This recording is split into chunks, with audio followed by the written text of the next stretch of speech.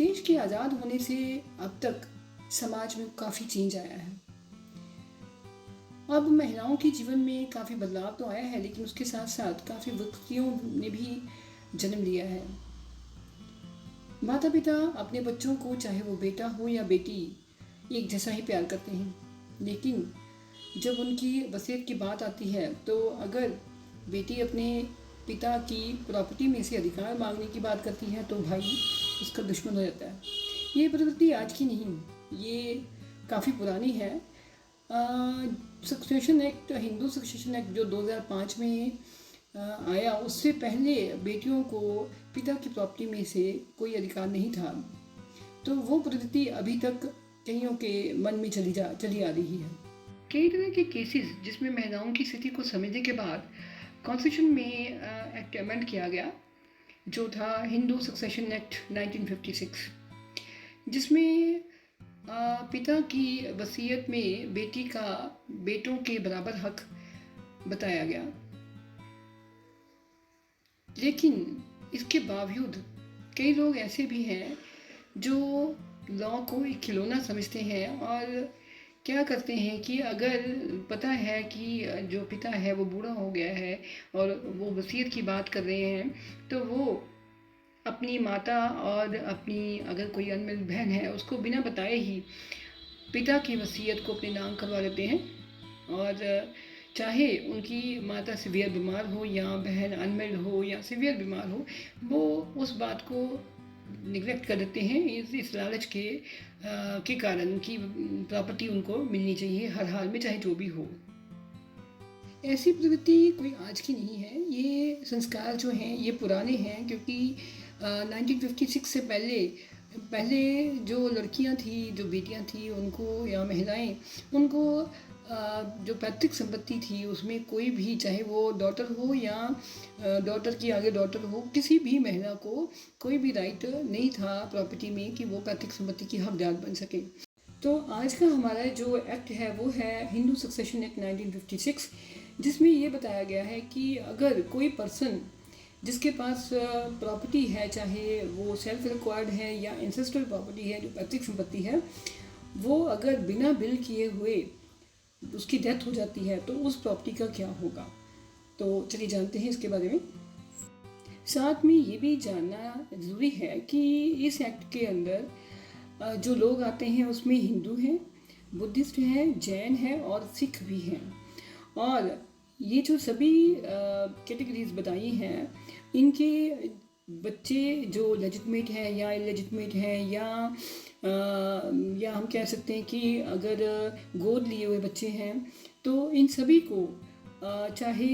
किसी ने अपना धर्म कन्वर्ट किया है, हिंदू से कुछ और हुए हैं तो फिर से दोबारा रिकन्वर्ट हुए हैं हिंदू में, इन सभी को जो हिंदू सक्सेशन एक्ट के अंडर प्रॉपर्टी का राइट मिलता है। और इनमें वो बच्चे भी आते हैं जिनके पेरेंट्स में से एक पेरेंट जो जहाँ माता या पिता हिंदू होने चाहिए, और इनमें non Muslim, non Christian, non जू और नॉन ही पारसी जो है वो भी शामिल हैं कि जो ये धर्म में ना आते हों,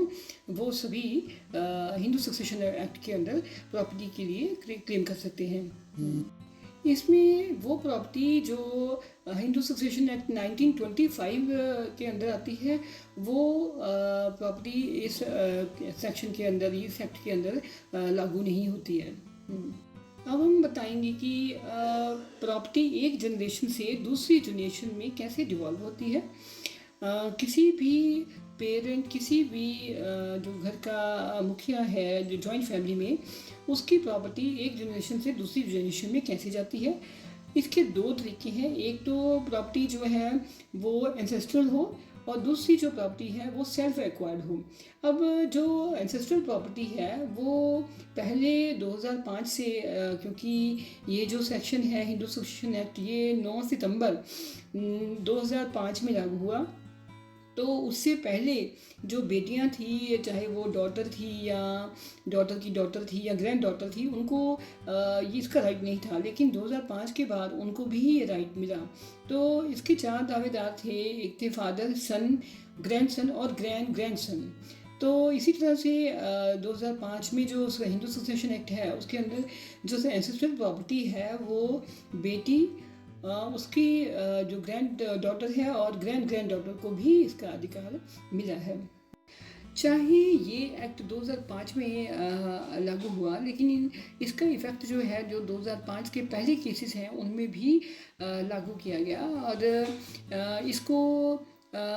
जो लड़कियां 2005 से पैदा हुई हैं, पहले पैदा हुई हैं, तो उनको भी इसका अधिकार दिया गया। मीन्स कि ये एक रेट्रोस्पेक्टिव इफ़ेक्ट जो है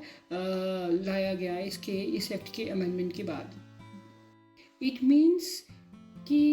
जितना बेटों का अपनी पैतृक संपत्ति में हक है उतना ही बेटियों को बराबर हक जो है इस एक्ट के आने के बाद मिला।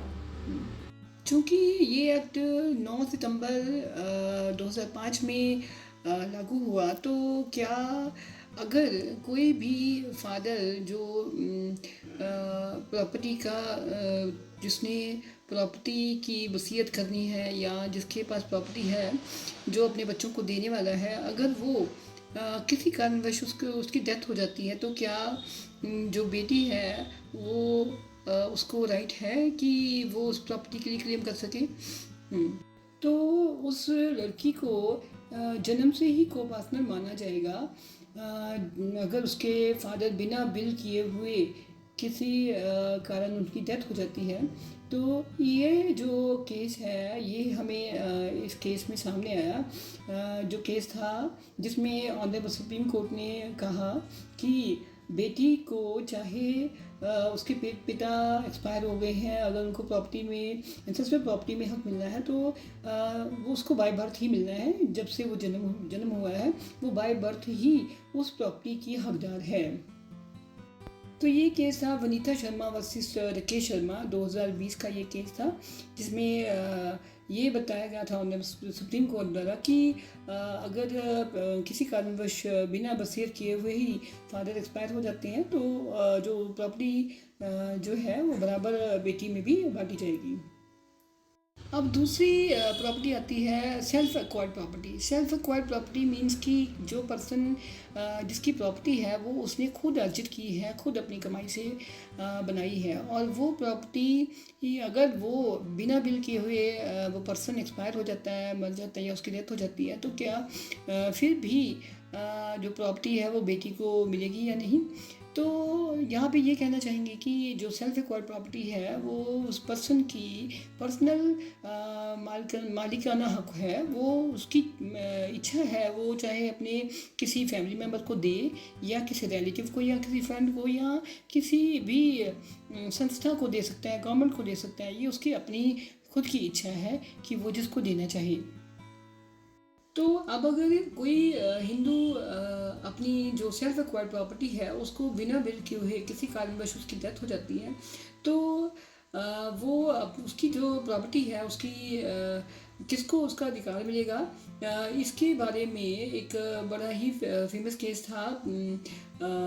नाचला गोंडर वर्सेस पुन्नुस्वामी 2022 का केस था, जिसमें ऑनरेबल सुप्रीम कोर्ट था कि अगर सेल्फ एक्वायर्ड प्रॉपर्टी में पर्सन बिना बिल किए हुए एक्सपायर हो जाता है या डेथ हो जाती है उसकी, तो उसकी जो बेटियां हैं उनको बराबर जो प्रॉपर्टी का अधिकार मिलेगा जिस तरह से बेटों को मिलता है। अब इस एक्ट के कारण जो महिलाएं हैं वो को पार्टनर बनी हैं। तो अगर किसी केस में ऐसा हो कि जो महिला है जिसको अपने पति की या अपने पिता की एंसेस्ट्रल प्रॉपर्टी या सेल्फ एक्वायर्ड प्रॉपर्टी मिली है, तो अगर वो महिला किसी कारणवश बिना बिल किए हुए उसकी डेथ हो जाती है, तो उसकी जो प्रॉपर्टी है वो किसको जाती है according to this Hindu succession act 1956।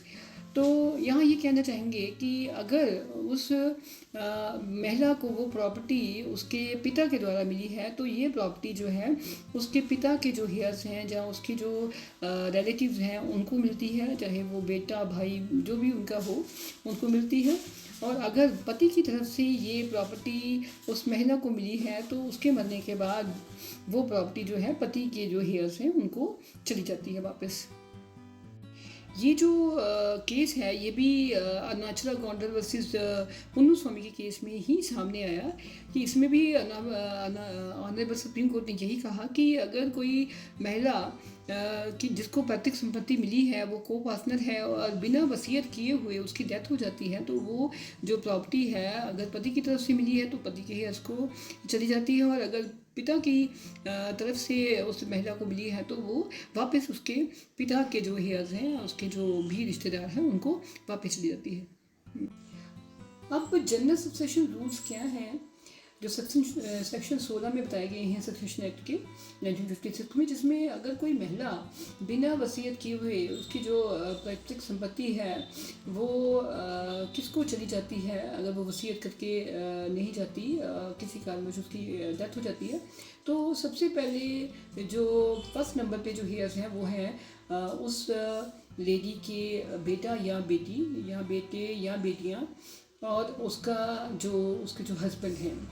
दूसरे नंबर पे उस लेडी के अगर बच्चे नहीं हैं या हस्बैंड भी नहीं है तो उसके माता पिता। तीसरे नंबर पे जो फादर है, तीसरे नंबर पे जो हस्बैंड है उसके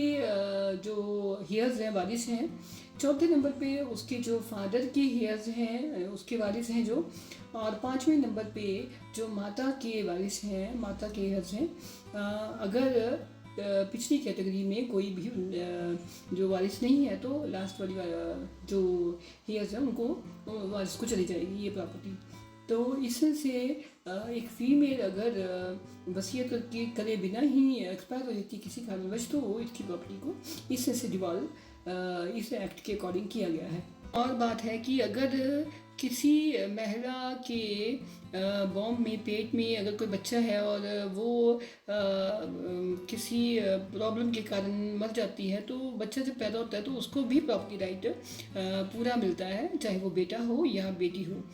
और अगर किसी पर्सन ने मर्डर किया है या जिस पर्सन की प्रॉपर्टी है उसको मारा है या वो उसका मर्डर का विक्टिम है तो वो भी जो प्रॉपर्टी है उसमें क्लेम नहीं कर सकता, उसको भी इस एक्ट के तहत प्रॉपर्टी का राइट नहीं मिलता। अगर किसी को कोई बीमारी है, डिजीज़ है, तो उसको ये नहीं है कि वो बीमारी है तो उसको राइट नहीं है, उसको पूरा हक है प्रॉपर्टी में, अपने जो भी एंसेस्ट्रल प्रॉपर्टी हो या पेरेंट्स की प्रॉपर्टी हो। और अगर कोई भी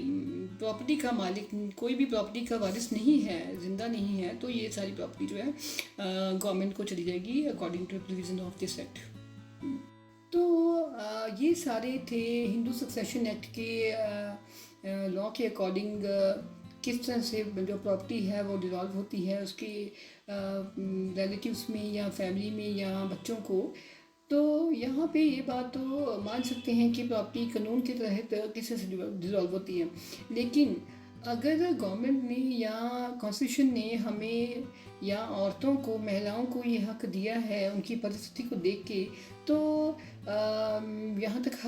महिलाओं की बात आती है तो वो ऐसी तो नहीं होती कि किसी का हक छीने, वो तो देने वाली मानी जाती है, वो किसी का हक लेने वाली नहीं होती। अगर उनको प्यार से कहा जाए तो वो सोचती हैं इस बारे में कि वो अपने भाई की प्रॉपर्टी उसको देना ज़्यादा प्रेफर करेंगी। हाँ, किसी सर्कमस्टांसिस में अगर उसको प्रॉपर्टी से फ़ायदा हो, वो सुख से जीवन जिए, तो उसको देने में कोई बुराई नहीं है। तो इसी के कारण ये अमेंडमेंट हुई थी। तो इसको खिलौना ना समझकर हमें अपना जो नैतिक जिम्मेवारी है वो निभानी चाहिए। और ऐसे कई लोग देखे गए हैं जो बिना किसी को बताए हुए भी भलाई का काम करते हैं, तो ऐसे लोगों को भी सल्यूट है। तो हम अपनी वीडियो यहीं पे ख़त्म करते हैं। तो होप है कि आपको ये वीडियो पसंद आई होगी। तो इसके बारे में अगर कोई आपका कमेंट है या कोई सवाल है तो आप पूछ सकते हैं, तो हम आपके क्वेश्चंस का आंसर ज़रूर देंगे। और हमें अच्छा लगेगा कि आपने हमें मोटिवेट किया है, अप्रिशिएट किया है कि हमने अच्छी वीडियो आपको आपका नॉलेज बढ़ाने के लिए दी है। तो thanks for watching the video और मिलते हैं अपनी नेक्स्ट वीडियो में।